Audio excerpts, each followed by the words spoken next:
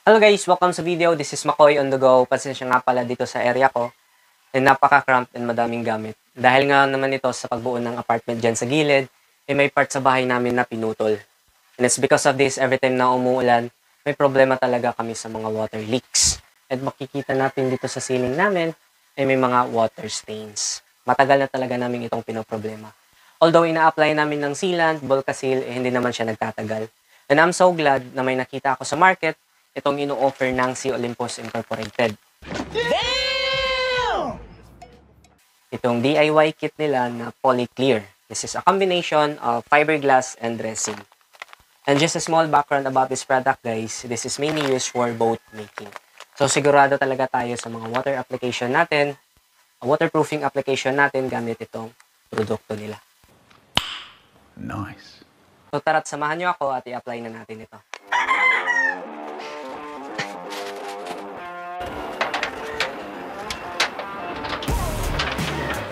Hello guys, ito yung nasa loob ng mga dinadala ko kanina. So, ito nga pala yung unboxed na DIY kit from Sea Olympus Marketing. So, meron akong biniling dalawa. So, yung isa, ay na-unbox ko na. May paintbrush siya, may fiberglass, and tsaka may resin with partnered sa kanyang hardener. Okay, complete set talaga yan guys. Okay, complete set talaga yan guys. Sandpaper for surface preparation, gunting, pangkat ng fiberglass, and then para makamix tayo, so bumili na rin ako ng disposable cups and popsicle sticks. So para ensured na yung surface preparation natin is very good, so may basahan na rin ako. So nag-prepare na rin ako ng timbangan, and then for PPE reasons, purposes guys, is meron tayong surgical gloves. And nakikita nyo naman dito sa may leg ko, is ito yung tinatawag na chemical mask. Tara't simulan natin step by step kung ano nga ba ang gagawin. Okay?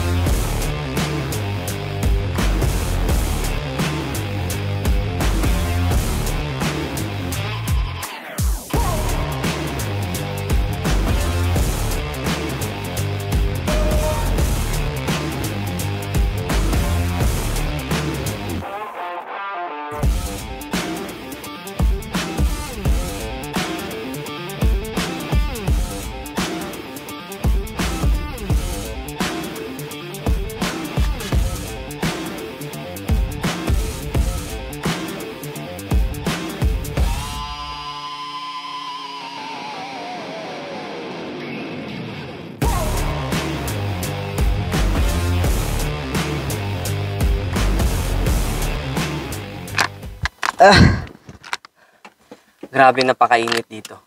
So, ayun guys, yun lang yung pag-apply natin ng DIY kit ng DIY Stop it. Get some help. kit ng para sa waterproofing nyo ng roof nyo. Kahit ano. So ngayon, tapos na tayong mag-apply. So, pakita muna natin dito. From ganito, parang nag-clear na siya. Dahil yan sa resin. So, aantayin nila natin itong mag-cure. I think madali lang to kasi nga mainit dito. So, aantayin lang natin dyan. So, check natin. Contact free na ba? First, gagawin nyo is yung gaganyan nyo. Oops.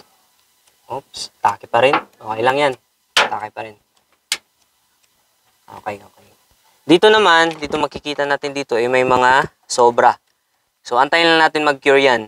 Kasi pag nag-cure, puputulin na lang natin dyan dito. Puputulin natin yan. So, ngayon, wag na muna. Kasi baka masira. Masira yung pag ina-apply nyo dito.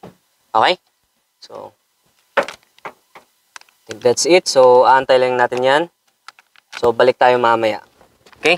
A few moments later. Okay, nag-cure na siya. Hindi na siya tacky. Tack-free na siya. So, gagawin natin itong mga ganito. Ipuputulin na natin yan. So, kahit anong gawin nyo. Kahit anong gamitin nyo. Gunting. Ito mas maganda ata. Gunting na malaki. Oh my God! Wow! Malit lang yung gunting ko kaya nagkaganito Okay. I think that's it. So, ayun na guys. Tapos na tayong mag-install o gumamit ng DIY kit. May natira pa tayo. Dami pa nito guys. Tsaka, madami pa. Madami pa talaga yung natitira. Yeah, boy. So, ayun guys. Tapos na tayong mag-install ng DIY kit na for waterproofing. So, napakaganda talaga niya. So, titingnan natin ito. Sa susunod na video, tingnan natin kung effective ba yung waterproofing ability niya.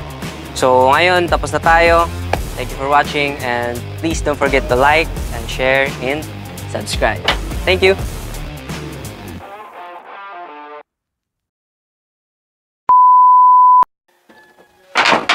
So, habang